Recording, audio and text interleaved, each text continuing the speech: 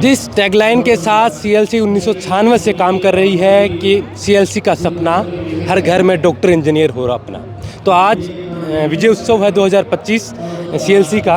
और सीएलसी उन बच्चों का सम्मान कर रही है जो नीट और जेईई में कामयाब हुए हैं। तो आज मेरे साथ कुछ शख्सियत हैं, इनसे जानते हैं इनके संघर्ष की कहानी। तो थोड़ा सा इंट्रो से शुरुआत करते हैं। क्या नाम आपका? अंजलि चौधरी। अंजलि, पहले तो ये बताइए कि इंजीनियर बनने का सपना कब से आया था आपके मन में कि मुझे इंजीनियर ही बनना है?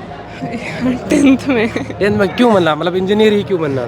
नहीं मतलब जैसे इंजीनियरिंग जैसे लाइफस्टाइल आगे बहुत अच्छी होती है, पर्सनालिटी बहुत अच्छी हो जाती है तो करके, और फिर ऐसा। लेकिन ये भी सुना कि इंजीनियरिंग करने वाले तो ऐसे ही घूमते रहते हैं, फिर नहीं, प्लेसमेंट ही नहीं होता। नहीं प्लेसमेंट, तुम अच्छी जगह जाओ ना, अच्छी कॉलेज जाओ, अच्छा सिलेक्शन लेके फिर उस हिसाब से हो जाता है। अच्छा, मतलब 12th के साथ? 12th साथ। अच्छा, आप सीख कर आए पहला? बचपन से सीख कर ही रहते अच्छा, बचपन से सीख कर ही रहते हैं पढ़ाई के लिए। पढ़ाई के लिए फिर सीएलसी को क्यों चुना आपने? और भी बहुत सी कोचिंगें देखी होंगी फिर तो आपने। इसमें ना टीचर्स जैसे 1 to 1 काम करते हैं और बहुत अच्छे से ध्यान रखा जाता है, और कैंप वगैरह की फैसिलिटी भी बहुत अच्छी थी, और फिर अच्छा था सब। तो आपका थोड़ा जेईई का सफ़र बताइए ना, मतलब कैसे तैयारी की आपने क्या शेड्यूल रहा, किसका कितना योगदान रहा, किस तरीके से रहा, थोड़ा सा बताओ ना।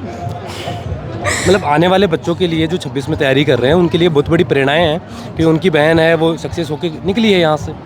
तो फिर करना तो मतलब ठीक है, डेली क्लासेस पे अच्छे से फोकस करना होता है और थोड़ी सी सेल्फ स्टडी कर दो। बाकी इतना नेगेटिव माइंडसेट का सबसे ज़्यादा रोल रहता है कि हमें पॉजिटिव रहना चाहिए, और बाकी पढ़ाई तो इतना वो बोझ करके नहीं करना चाहिए, बहुत इजी गोइंग होता है, बहुत ही चिल रह के पढ़ो और क्लास में पूरा अच्छे से फोकस रखो। और जो कोचिंग में जो टेस्ट वगैरह होते हैं उनके अकॉर्डिंग चलो, टीचर्स से गाइडलाइन तुम लेते रहो वगैरह, टीचर्स के टच में रहना बहुत इंपॉर्टेंट है। बाकी फिर ठीक है, इतना नॉर्मल है, पढ़ो अपना सेल्फ स्टडी, जितना पढ़ो उतना मन लगा के पढ़ो एकदम अच्छे से, और फिर बाकी ठीक है। मोटिवेशन के तौर पे सबसे बड़ा जो एक आदमी को अवसर देना चाहिए, किसको देना चाहिए? दोनों पेरेंट्स ही है, क्योंकि सबसे पहले ना ऐसा हो जाता है कि जैसे मार्क्स ऊपर अप डाउन होते हैं तो फिर ना माइंडसेट का बहुत ज़्यादा वो रहता है, तो फिर हमें दोनों एक्चुअली मेडिटेशन वगैरह करते हैं, तो फिर ऐसे एकदम पॉजिटिव रहना, एकदम माइंडसेट अच्छे से करना, बाकी कभी डीमोटिवेट नहीं होने दिया और हमेशा मोटिवेट करते रहे, पॉजिटिव चीज़ें बोलते रहे वगैरह। तो फिर ट्रिग्नोमेट्री ये तो आपको यहीं से मिल गई होगी? हाँ वो तो हाँ, आईसीएसई बोर्ड से था तो बेसिक तो स्ट्रांग था मेरा।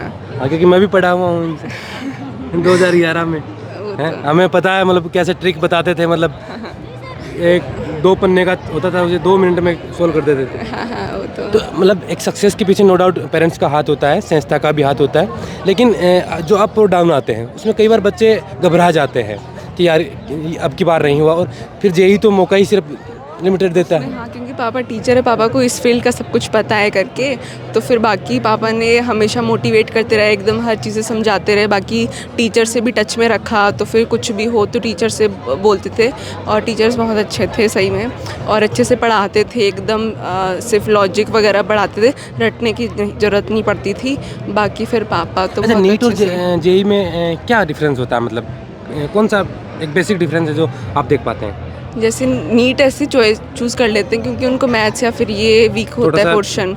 हाँ, तो फिर बाकी ऐसे नीट पे तो बहुत लाइफ टाइम लग जाता है डॉक्टर बनने, पहले MBBS करो, फिर PG करो, फिर 30s तक तो पहुंच जाता है बच्चा। और जैसे इंजीनियर बनने में, जैसे मेरे 21 में कॉलेज खत्म हो जाएगी, प्लेसमेंट लग जाना है। कौन सी कॉलेज में आप? IIT रोपड़।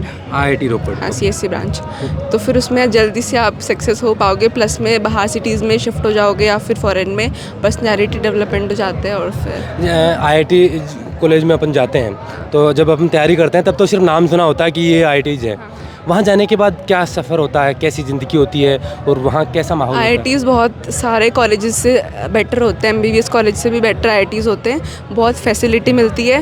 प्लस में आगे जैसे तुम्हें कोई खुद का ड्रीम हो या फिर कुछ आगे कंटिन्यू करना है, जैसे कोई भी डांस फील्ड में हो, तुम स्पोर्ट्स फील्ड में हो, किसी भी फील्ड में हो, तो तुम्हें आगे बहुत अपॉर्चुनिटी मिलती है कि तुम आगे उन्हें कंटिन्यू कर सकते हो।